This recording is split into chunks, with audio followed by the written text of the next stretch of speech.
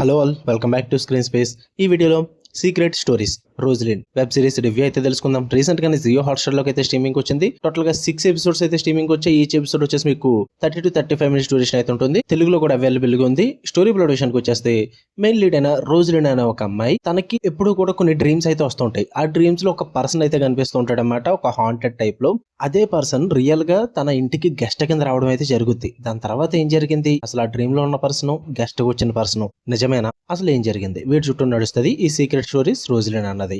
ఇక నాకు ఎలా అనిపించింది అంటే ఈ సిరీస్ సింపుల్ గా చెప్పేస్తా భయ్యా, మీకు ఫస్ట్ 5 ఎపిసోడ్స్ ఓపిక్ గా, ఎంత రొటీన్ రొట్ట డ్రామా అయినా పర్లేదు, ఎంత సోదున్నా పర్లేదు, మేము ఓపిక్ గా చూస్తాం అనుకుంటే కేవలం ఆ లాస్ట్ 6 ఎపిసోడ్ కోసం ఒకసారి ట్రై చేయొచ్చు. ఇంకా హైలైటెడ్ చెప్పిన, ఫస్ట్ ఎపిసోడ్ చూసి డైరెక్ట్ లాస్ట్ ఎపిసోడ్ చూసినా మీకు అర్థమైపోద్ది, అంత గొప్పగా ఉంది వీళ్ళు రాసుకున్న డ్రామా అన్నది. ఓన్లీ ఆ ఒక్క 6 ఎపిసోడ్ మాత్రమే నాకు వర్కౌట్ అయింది. అది కూడా ఇదంతా ఓపిక్ గా చూశాను కాబట్టి ఓకే సరే ఎలా క్లోజ్ చేస్తారని వెయిట్ చేశా.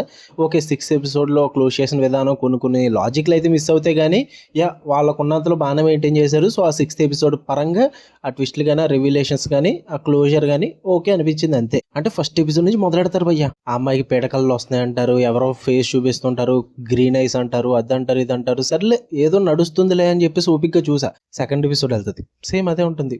పర్సన్ ఎంట్రీ వస్తారు, సేమ్ ట్రైలర్ లో ఏదైతే చూపించారో అదే జరుగుద్ది. అక్కడి నుంచి థర్డ్ ఎపిసోడ్ లోనే అదే ఉంటుంది, 4th ఎపిసోడ్ లోనే అదే ఉంటుంది, 5th ఎపిసోడ్ లో కూడా అదే ఉంటుంది. స్టోరీ ముందుకైతే వెళ్ళదు, అస్సలు కదలదు భయ్యా.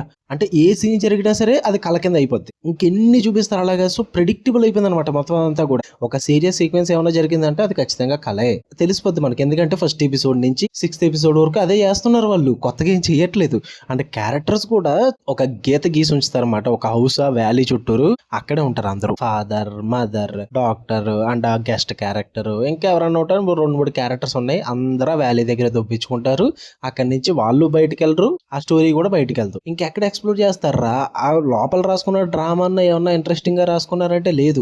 ఇప్పుడు 2000s టైం నుంచి ఇదే టైప్ ఆఫ్ డ్రామా నేను చూస్తున్నా, స్టిల్ ఇంకా ఇదే ఉంది, సేమ్ ఫార్మాలిక్ వేలో, సేమ్ టెంప్లెట్స్, ఎక్కడ కూడా కొత్తగా అయితే లేదు. చాలా రొటీన్ గా ప్రిడిక్టబుల్ గా వెళ్ళిపోయింది. అంటే 6th ఎపిసోడ్ వరకు కూడా. లాస్ట్ 6 ఎపిసోడ్ లో వచ్చిన ట్విస్ట్లు ఇవన్నీ కూడా ఓకే, అవి సైడ్ పక్కన పెట్టేస్తే అవి నాకు వర్కౌట్ అయినాయి కాబట్టి పక్కన పెట్టండి.